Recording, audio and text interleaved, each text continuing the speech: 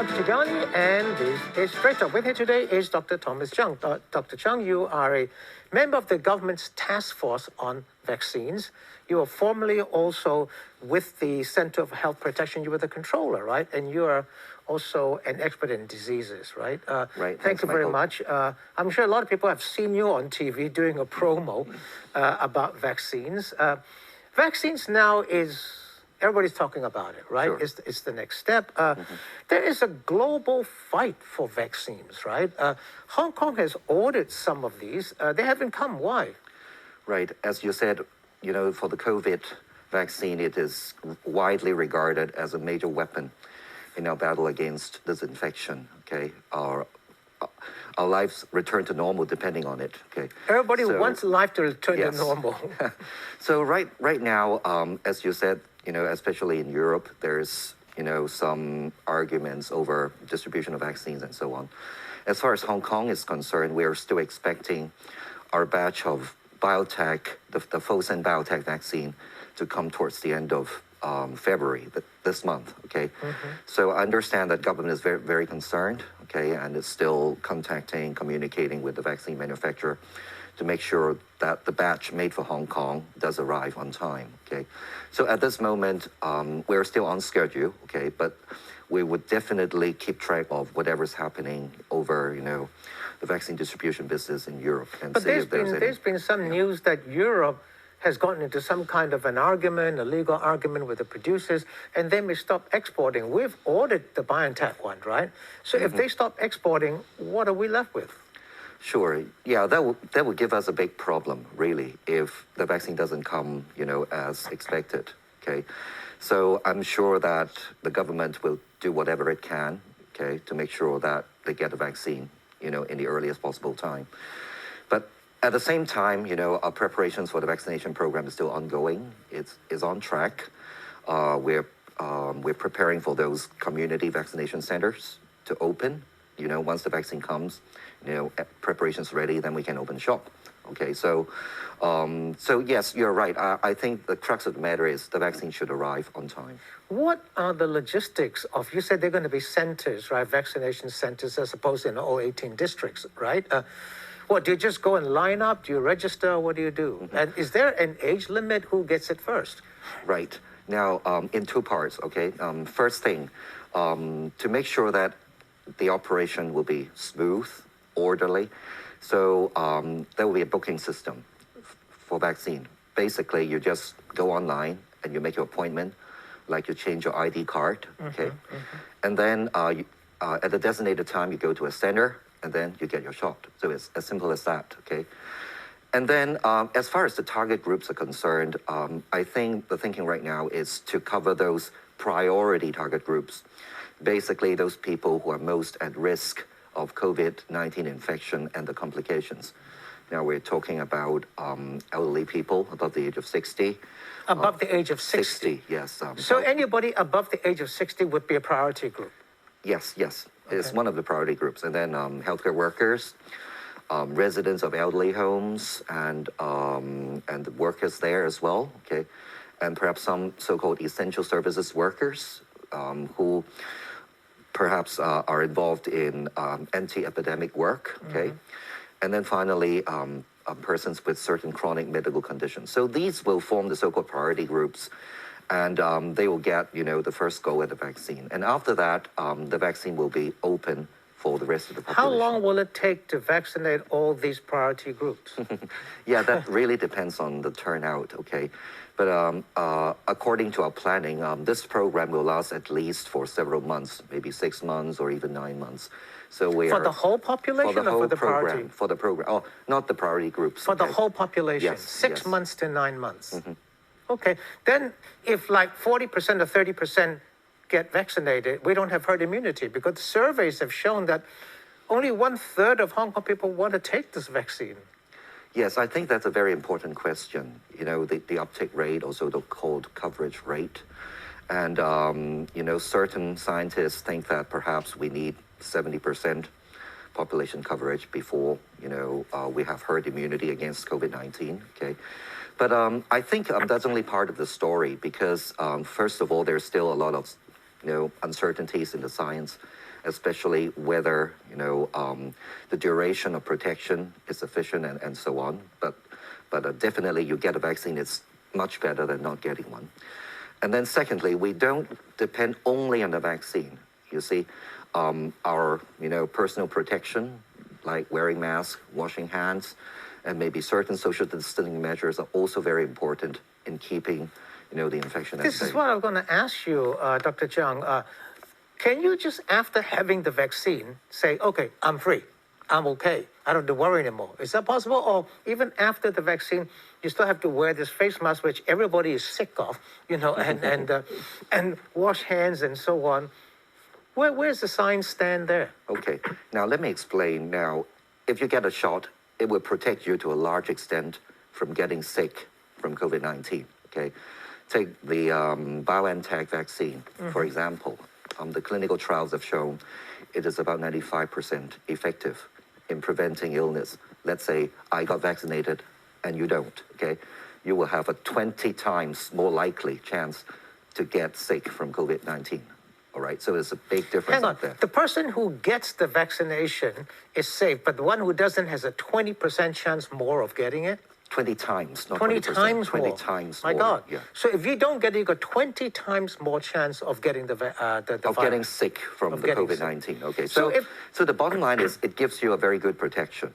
Now, the question is, can I take off my mask after getting a jab? The answer right now is we still prefer you keep on your mask, for some time. Because as long as COVID-19 is still circulating in the community, okay, we don't want it to sustain the transmission.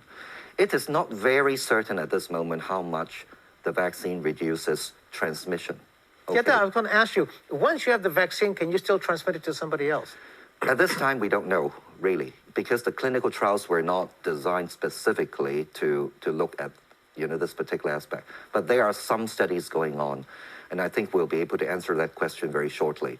My take is it will definitely also reduce some degree of transmission, but it depends on the amount, okay? Is it like 50%? Is it like 80%? Okay, because from what we know about vaccines, usually, they do this. But because COVID-19 is such a new infection, we need some new studies to give us, the reliable data so that we can tell people how much transmission it will reduce. Does the transmission involve people who vaccinated to people who haven't vaccinated, or also to people who have vaccinated?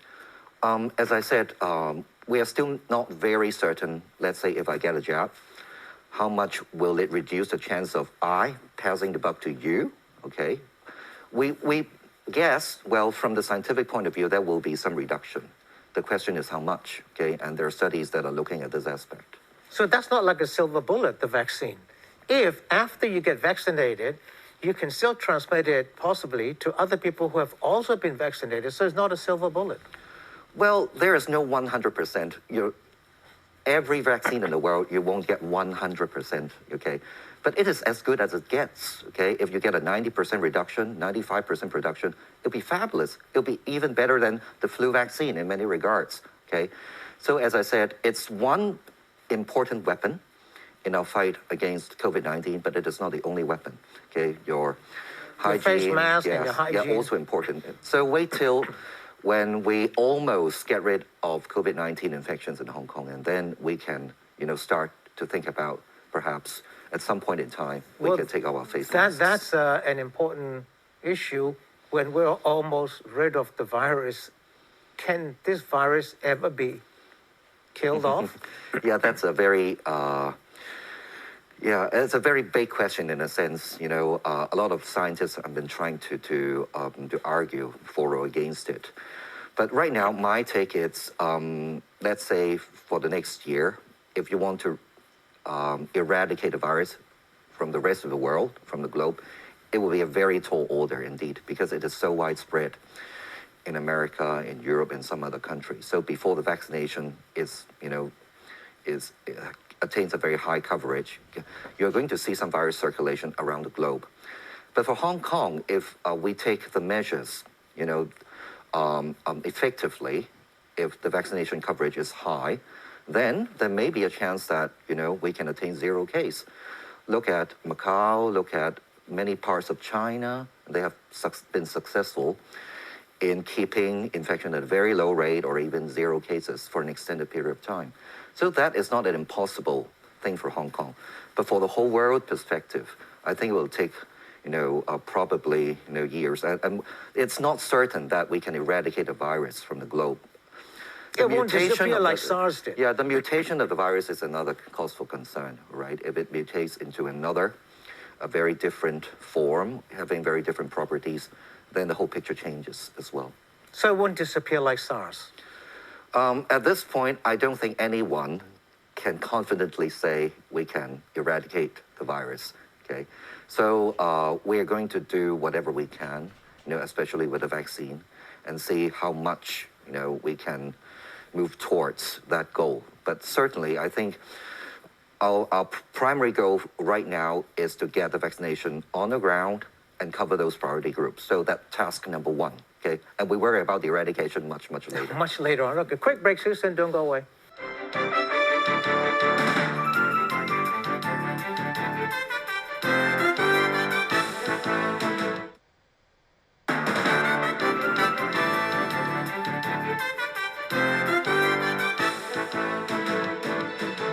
Thanks for being with us. This is Straight Up. With me is Dr. Thomas Chung. You're an expert in health and infectious diseases, also helping the government vaccination program.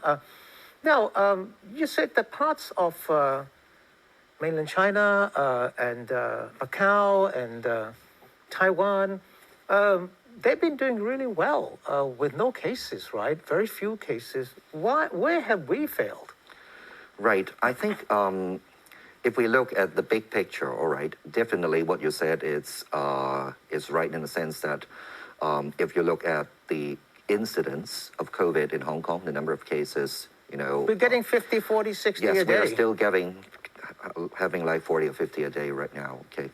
But if you look at places like Europe, like America, okay, and even, Southeast Asia, they're having much higher incidence than Hong Kong, okay? So we're somewhere in the middle, maybe a little bit better than average. But our goal really is to, keep infections as low as possible. That's definite, okay? Preferably 0 as well. I think there are certain particular challenges for Hong Kong in attaining that kind of objective. Now, first of all, we have a very high volume of travel. Even with all these, travel restrictions, we are still having passengers coming in Hong Kong every day. And there are imported cases, okay? So, and we also need to worry about, mutant viruses coming to Hong Kong. So that's number 1. We're still getting, passengers, and we need to do a very good job in keeping our ports safe and preventing imported infections. That's number 1. Number 2, I think all of us know that Hong Kong is a very crowded place, okay? With crowded living conditions. Especially, yes. And if you look at the recent outbreaks in Wong, okay, in parts of Kowloon, okay, and some of those cases or outbreaks occur in, very crowded living conditions like partition rooms and so on. So it poses some special challenges in our control against the infection. So I think the recent government initiatives of testing the whole building, ambush restricting testing movements, and so on. Does that help? I mean, they did some, and then they found no cases. Well, sometimes you can't expect every time they find cases, all right? But there are certain signals, I'm sure, that puts some buildings at high risk, and that those would warrant some kind of testing. Can we reach 0? You talked about 0. The government says it wants to achieve 0 cases. Is that possible anymore? There's a lot of silent transmission in Hong Kong. I won't give up hope, really. Yes, I think that's an attainable goal, but it will take some time, and especially how well we do in the vaccination program, all right? Because, as I said, look at our neighbors. Some of them are successful, in... Yeah, you made a comparison about U.S. and Europe, and then Hong Kong is good compared to U.S. and Europe. But there's a cultural difference. In U.S. and Europe, they don't want to wear face masks, right? So we should compare like with like, compare ourselves with Macau, mainland China, Taiwan, but we're not doing that well. Yes, I won't object to that argument. Yes, these are very good models that we should, take reference from and try to attain what they attain. So now you said earlier, once the vaccination program starts, you feel that you could, within 6 or 9 months, vaccinate the population, right? So you're talking about the end of this year, we'll be back to normal? Yeah, that's a very big if, really. As I said, it very much depends on the uptake rate, how many people come forward to take the vaccine. And that depends on a lot of factors. Will you take it? Oh, definitely. Why not? Whichever one comes. I mean, there's a lot of resistance to the mainland one and so on. Whichever one comes, you'll take it. Yes. Yeah, whichever one comes to Hong Kong first, then I'll get a shot if possible. So why hasn't the mainland one's Sinovac published its details yet? We've been waiting for so long. Well, I'm not part of the Sinovac team, so I cannot say for sure. But from what we learn, they have been doing clinical trials, the phase 3 trials in several countries, like Brazil, Indonesia, and Chile, and so Turkey, and so on. So it may take them some time, to put all the data together, get them analyzed and published. Okay, but what we know is that they submitted a report to the World Health Organization, and it would be useful if they can take, the data in that report and then let us, have some look and see if, the vaccine is good in the sense that it's effective, it's safe, and it's of good quality. Okay, now, there's go to another area where a lot of people are concerned about is restaurants and bars and beauty salons are all closed. They've been closed for a long, long time. People are just getting tired. They're fatigued. The shopping malls are now full of people. Restaurants are closed at 6 o'clock. Bars have been closed for quite a long time. And then some people say, you're going to have a lot of healthy people, but with no jobs, because a lot of jobs will be lost because of this. Should we relax that a little bit? I mean, why close restaurants at 9? You can at 6. You can close them at 9, right? You can open bars a little bit. Should that happen? Right. Now, I'm sure that question is being taken up by government very seriously. It's a very difficult job, really. Trying to look at the public health considerations and other, business considerations and so on. Okay, we're not like a lockdown, like the UK or some parts of Europe. Okay, we're not in a total lockdown like that. Okay, but we do have some restrictions in terms of social distancing, business operating hours, and so on. So I think it's a delicate balance, and the foremost consideration I think is to keep our health system, intact. Okay, we don't want to see so many people, over flooding the hospitals, and our hospitals just collapse because of that, as we see in many European or American, places. Okay, so I'm not an expert in this area, so to speak, because I will just advise government on the vaccination part. But I think the public health considerations are very important, because once you let loose the virus, it takes a very long time to bring it back again. Well, as a disease expert, you're not an expert in that area, but as a disease expert, do you think we're now at a stage where we still have to keep restrictions like we have, or we can ease some of it? Mm-hmm. Well, it depends on how you look at it. At this point in time, I think we need to think about, the upcoming Lunar Year, New Year holidays, okay? Now, according to what we see elsewhere and in Hong Kong, the American experience after Thanksgiving, they have a huge upshot of cases. Right. And then for Hong Kong, after Christmas and the New Year, we also have got a bump in cases. So it's, it's quite reasonable to expect that after, some long holidays when people tend to mix a little bit more, then the chance of the outbreak, escalating would be a bit higher. So we need to bear that in mind in, adjusting the measures ahead of the Lunar New Year. Now, you deal with vaccines. People talk about a vaccine passport. Now, the whole world is not going to be vaccinated anytime soon, right? We've got to wait for that, right? But certain countries will have enough vaccines to deal with a large number of the people there, right? And hopefully, as you say, we could achieve, vaccinate everybody within 6 months or 8 months or 9 months once the vaccine comes and people are willing to take it, right? Okay, so let's say we have vaccinated a large number of the people. Let's say Macau has, or let's say Taiwan has, or parts of Europe have. Can there be travel bubbles between these places? Well, obviously not the whole world. It will now be the same for quite a while.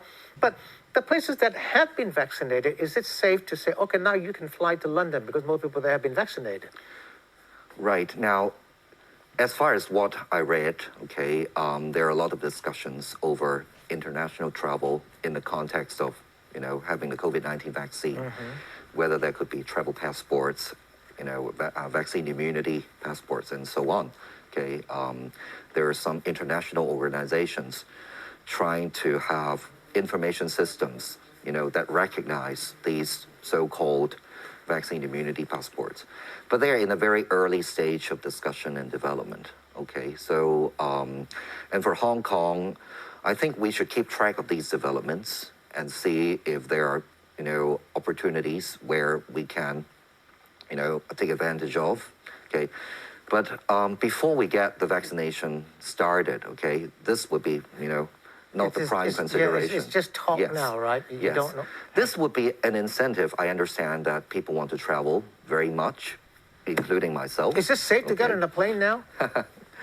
Well, you have to wear a mask and you have to do all the infection control measures.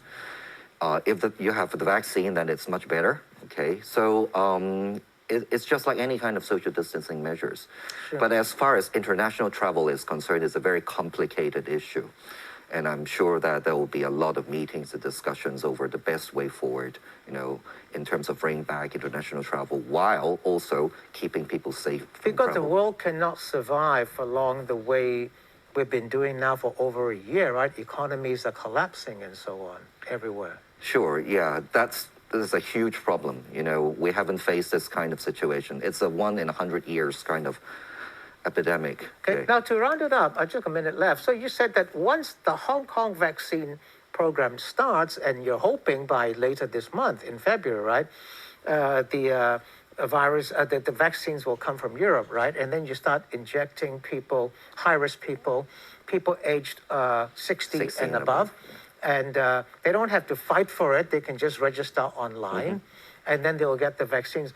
When will the younger people get it? Right. We do not have a really fixed date or time point for that to happen, but it depends on, the initial priority groups, okay? Once we look after those priority groups, we can open the vaccines for the rest of the population. Now, it may not take us, we are not saying that we have to do 100% of the priority groups before we open that, okay? As long as, from an operation point of view, we have sufficient vaccines, for the rest of the population. Thank you. See you next week. Good evening.